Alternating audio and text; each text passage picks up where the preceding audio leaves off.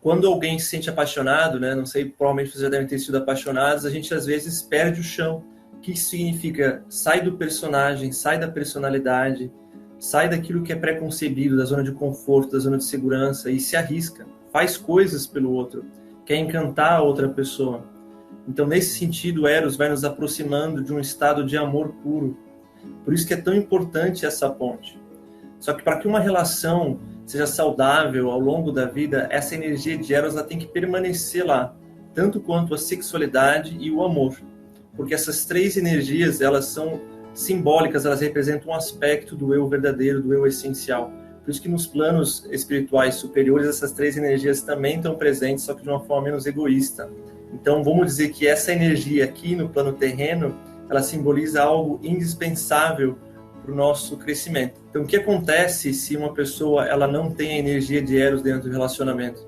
Ela pode ter um amor morno e uma sexualidade presente, só que existe uma acomodação.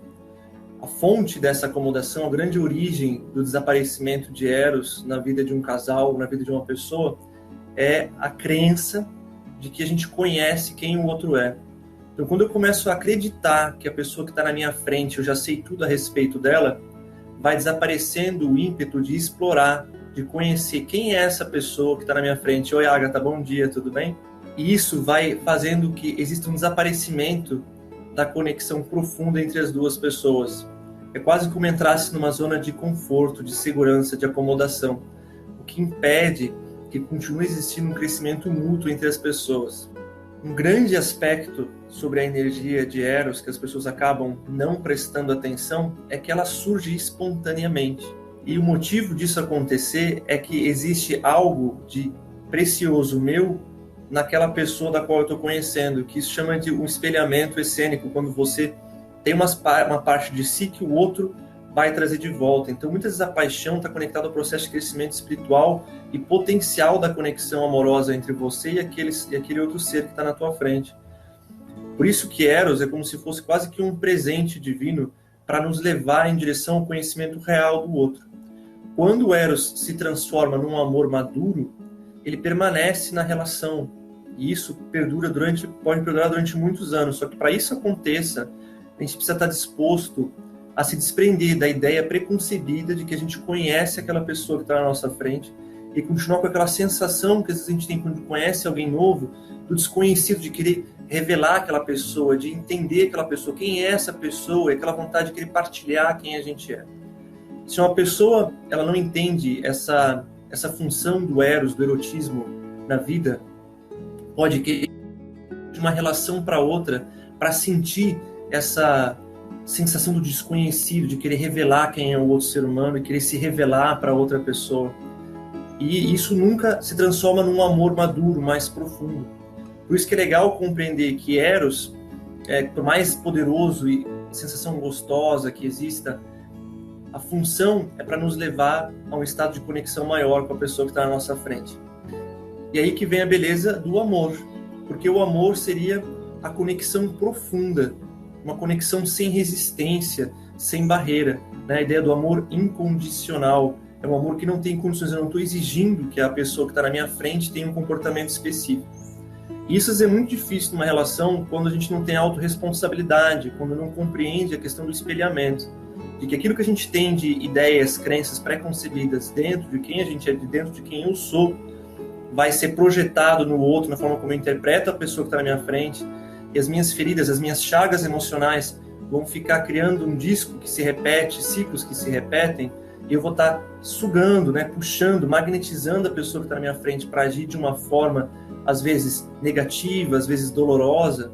Se eu não consigo compreender as sutilezas de como eu posso estar acabando magnetizando a pessoa que está na minha frente, eu não vou conseguir estar dentro de uma relação onde eu vou abrir o meu coração, eu vou estar abrindo o meu chakra cardíaco, ou seja, eu vou estar me colocando vulnerável, exposto, porque eu vou estar vendo sempre perigo na outra pessoa. Mas o perigo, o risco, o medo que eu estou sentindo ao me relacionar com outro ser humano, na verdade, é uma projeção do meu próprio medo, da minha criança interior. Da mesma forma como as minhas crenças, aquilo que eu tenho de negativo em relação aos meus relacionamentos passados, eu vou acabar filtrando a minha relação atual da mesma forma. Então, Para que exista um amor incondicional, existe a necessidade de abrir o cardíaco. E para abrir o cardíaco, a gente precisa ficar atento ao tipo de pensamento e de ideia que a gente está tendo em relação ao outro, porque essas ideias, esses pensamentos dizem respeito a nós, ao nosso padrão de crenças, aquilo que a gente está cultivando de pensamentos que às vezes pode ser profundamente negativo e nos leva a um estado de fechamento. E a gente de novo conecta com a energia de Eros, porque a energia de Eros vai fazer com que haja o quê? Uma abertura do coração por um tempo. Então, mesmo uma pessoa cheia de crenças negativas, uma pessoa com uma tendência a projetar e não ter autorresponsabilidade, alguém que carrega muitas emoções negativas, e eu posso dizer por mim, porque eu já passei por isso quando eu era mais jovem, quando eu ainda estava muito identificado com a minha personalidade, com o meu eu ferido, com o meu eu vítima, tá? Que não queria se conectar com ninguém, queria ficar fechado, isolado por medo de se machucar, de conhecer alguém e ter o tapete puxado, ou seja, por isso que Eros tira a pessoa da zona de conforto e leva para essa vontade, esse impulso de querer explorar. Então, essa necessidade de se explorar, às vezes que está morna, está apagada, o Eros vai lá e desperta novamente. Então, a pessoa sai daquela zona de proteção, de conforto e se abre para outro ser humano, às vezes fora do controle da escolha. Por isso que pessoas que querem permanecer fechadas, têm medo de relacionamento, têm medo de se conectar com alguém, o que essa pessoa faz? Ela vai tentar fugir do sentimento de paixão, tá? Só que aí vem e pum, é arrebatado por esse sentimento. Por isso que vem Eros na nossa vida. Então tá, o que o Sati está querendo dizer? Que o Eros é algo que pode acontecer, né, espontaneamente, fora do nosso controle, e leva uma abertura que não aconteceria de outra forma. Pelo que eu estava explicando para vocês, é importante entender que Eros, é importante que ele continue na relação, tá? Para que uma relação entre um casal permaneça saudável, Eros permanece. Como permanece? Se a gente cultivar um estado mental através de uma percepção de que a gente não conhece o outro de verdade. Eu, como curador, posso dizer que muitas vezes eu conheço as pessoas muito bem, mas no nível só da personalidade, porque a personalidade ela é previsível, porque ela é um processo de crenças. Então eu posso compreender as crenças de outro ser humano. Só que um ser humano ele não é crença. Crença é a armadura, é a personalidade, é a superfície. O que a pessoa realmente é algo muito mais profundo, muito mais complexo. E para a gente conseguir desvendar o outro, uma vida não é o suficiente. Então, se a gente consegue trazer essa percepção para dentro do relacionamento, de que o outro a gente não conhece, é sempre um desconhecido, e sempre olhar para a pessoa que está na nossa frente, poxa, quem é essa pessoa? Se eu consigo manter essa percepção de que eu nunca vou realmente conhecer quem está na minha frente, a energia de Eros, ou a paixão, permanece dentro da conexão do relacionamento. O amor, como eu disse, a gente precisa o quê? Abrir o cardíaco, ou seja, sair de um espaço de proteção e acolhimento profundo.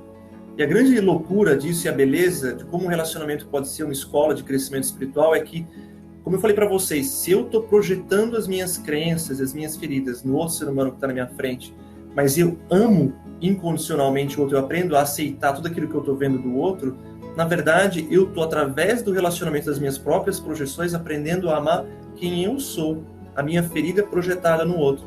E quando eu consigo fazer esse estado de amar e aceitar quem o outro é, eu consigo também fazer o quê?